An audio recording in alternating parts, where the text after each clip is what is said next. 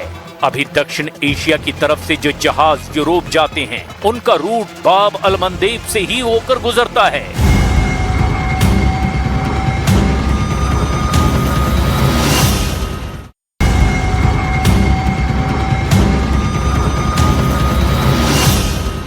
based on a helicopter. I guess we have the right to do that. You know, they shot down a very incredible, actually an incredible machine. And look, I've been working with Iran for a number of months, and they should sign their deal. It's a good deal. It doesn't give them the right to have a nuclear weapon.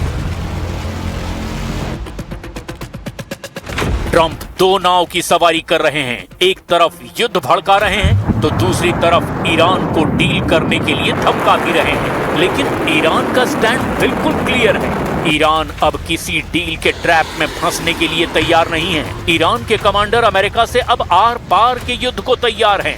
IRGC aerospace force के commander brigadier general Majid Mousavi ने धमकी दी कि अब America को नर्क दिखाएंगे। Commander Mousavi ने ये धमकी ईरानी सेना के खातम अल अंबिया सेंट्रल हेडक्वार्टर से दी है। कमांडर मोसावी ने अब 6 दिन नहीं, 6 हफ्ते नहीं, 6 महीने तक युद्ध करने के लिए तैयार रहने की धमकी दी है। कमांडर मोसावी ने युद्ध में अपनी सबसे खास रणनीति आजमाना शुरू कर दिया है। उनके नए हमले मिसाइल अटैक से भी घातक होने जा रहे हैं। 6 महीने तक युद्ध लड़ने के लिए ईरान ने अब एक नया लड़ाका लॉन्च करना शुरू कर दिया है। शाहिद ड्रोन के बाद ईरान ने अपना बहुत ही भरोसेमंद ड्रोन कर्रार मैदान में उतार दिया है और अब कर्रार को ये लॉन्च किया जा रहा है। ईरान का बहुत ही घातक ड्रोन है ये कर्रार। कर्रार ड्रोन शाहिद ड्रोन की तरह मोपेड इंजन से नहीं, टर्बो जेट इंजन से चलता है। इसकी रेंज 1000 किलोमीटर तक है, यानी शाहिद ड्रोन से 5 गुना ज्यादा रेंज। इसकी रफ्तार 900 किलोमीटर प्रति घंटा तक जा सकती है, यानी शाहिद ड्रोन से 5 गुना ज्यादा रफ्तार। ये 10,000 मीटर की ऊंचाई पर उड़ता है, यानी इसे मार गिराना भी आसान नहीं है। सबसे खास बात, ये एक फाइटर जेट की तरह काम करता है, क्योंकि ये 250 किलो तक का बम भी गिरा सकता है और air to air missile Shafaq भी फायर करता है। अगले 24 घंटे कहां क्या तबाही होने वाली है, इजराइल से लेकर लेबनान और बहरीन से लेकर ईरान, कहां कौन सी मिसाइल, कौन सा ड्रोन, कौन सा विमान तबाही मचाने वाला है। इस युद्ध में करोड़ों लोग अपने सामने मौत को मंडराते देख रहे हैं, चाहे वो ईरान की मिसाइल हो, इजराइल का फाइटर जेट हो या फिर जॉर्डन के आसमान में खौफ भर देने वाला शाहिद ड्रोन। ट्रंप और मुस्तफा खामनेई की टक्कर में पश्चिम एशिया के अंदर एक और नया मोर्चा खुलने जा रहा है।